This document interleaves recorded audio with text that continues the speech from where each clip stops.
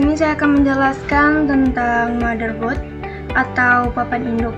Fungsi sebagai pusat penghubung seluruh komponen komputer, menyediakan jalur komunikasi antara CPU, RAM, storage, VGA, dan perangkat lainnya. Menyalurkan daya listrik dari PSU ke semua komponen. Cara kerja motherboard sendiri. Motherboard menghubungkan semua komponen melalui jalur data atau bus ketika komputer dinyalakan. Motherboard mengatur proses booting, mematikan setiap komponen terdeteksi, lalu memungkinkan data mengalir antar komponen dengan stabil. Di sini ada SSD atau Solid State Drive. Fungsi SSD sendiri ialah media penyimpanan data permanen, menyimpan sistem operasi, aplikasi, dan file pengguna. Cara kerjanya sendiri, SSD menyimpan data menggunakan chip memori flash tanpa komponen mekanik. Data dapat dibaca dan ditulis dengan sangat cepat sehingga proses booting dan loading aplikasi menjadi lebih singkat dibanding HDD. CPU atau Central Processing Unit bisa disebut juga dengan prosesor. Fungsinya yaitu yang pertama sebagai otak komputer, yang kedua mengolah semua instruksi dan perintah dari pengguna dan sistem operasi, yang ketiga mengontrol kerja komponen lain. Untuk cara kerjanya sendiri, CPU menerima data dan instruksi dari RAM, lalu memprosesnya melalui 3 tahap utama, yaitu tahap yang pertama mengambil instruksi, tahap yang kedua menerjemahkan instruksi, tahap yang ketiga menjalankan perintah. Hasil pemrosesan dikirim kembali ke RAM atau ke perangkat output. Selanjutnya ada RAM atau Random Access Memory. Fungsinya yang pertama menyimpan data sementara yang sedang digunakan CPU. Yang kedua, mempercepat proses kerja komputer. Untuk cara kerjanya sendiri, RAM memiliki cara kerja yaitu saat program dijalankan, data program tersebut disalin dari SSD ke RAM. CPU kemudian mengakses data dari RAM. Karena kecepatannya jauh lebih tinggi dibanding storage, data di RAM akan hilang saat komputer dimatikan. Caching atau cache komputer. Fungsi caching adalah sebagai wadah dan pelindung semua komponen komputer, mengatur sirkulasi udara atau airflow, memberikan kemudahan penataan kabel dan perawatan.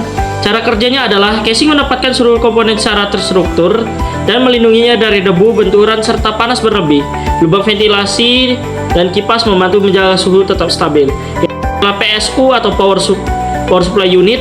Fungsinya adalah menyediakan dan mengatur daya listrik untuk semua komponen, mengubah arus listrik AC menjadi DC yang aman untuk komputer. Cara kerjanya adalah PSU menerima listrik dari stop kontak, mengubahnya menjadi tegangan yang sesuai 12 volt, 5 volt, 3,3 volt, lalu mendistribusikannya ke motherboard, CPU, VGA, storage, dan komponen lainnya. Cooling system atau sistem pendingin berfungsi menjaga suhu CPU, FGH, dan komponen lain tetap stabil, mencegah overheat yang bisa merusak komponen.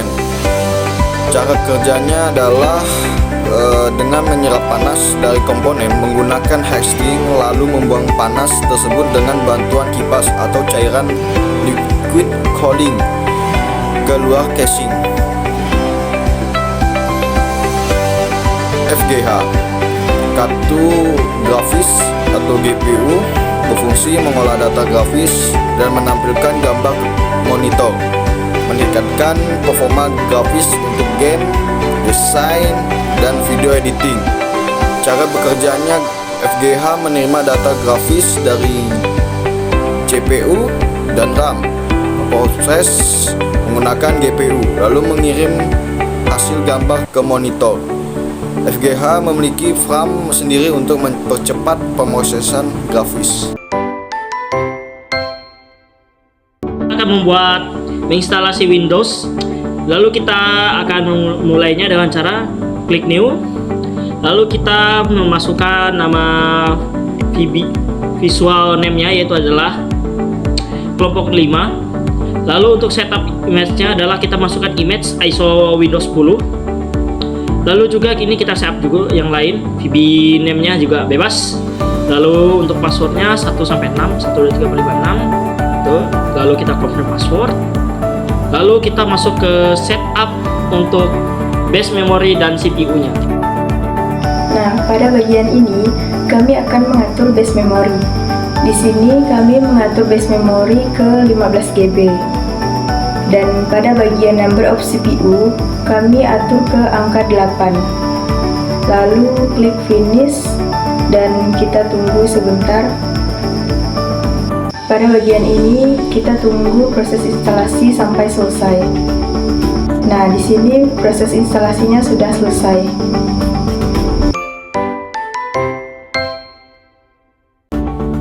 Baik, sebelum kita melakukan benchmarking, pertama-tama kita install dulu aplikasi yang akan digunakan. Nah, di sini kami menggunakan aplikasi Cinebench. Karena di sini kami sudah menginstal aplikasi Cinebench-nya, kita langsung saja buka aplikasi. Nah, pada bagian ini langsung saja kita klik file, lalu klik benchmark tambahan. Setelah muncul tampilan seperti ini, kita atur test ruling-nya ke angka 10, yang artinya kita akan menunggu proses benchmark selama 10 menit. Setelah itu, langsung saja klik start untuk memulai proses benchmark. Oke, kita tunggu. Nah, kalau sudah muncul tampilan seperti ini, artinya proses benchmark sudah berjalan. Kita tunggu selama 10 menit. Nah, kalau sudah muncul angka seperti ini, artinya proses benchmark tahap multicore sudah berhasil. Selanjutnya, kita langsung ke tahap yang kedua, yaitu tahap single core.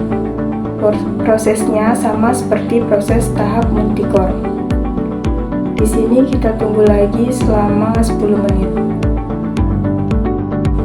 Nah, di sini proses benchmarking sudah selesai.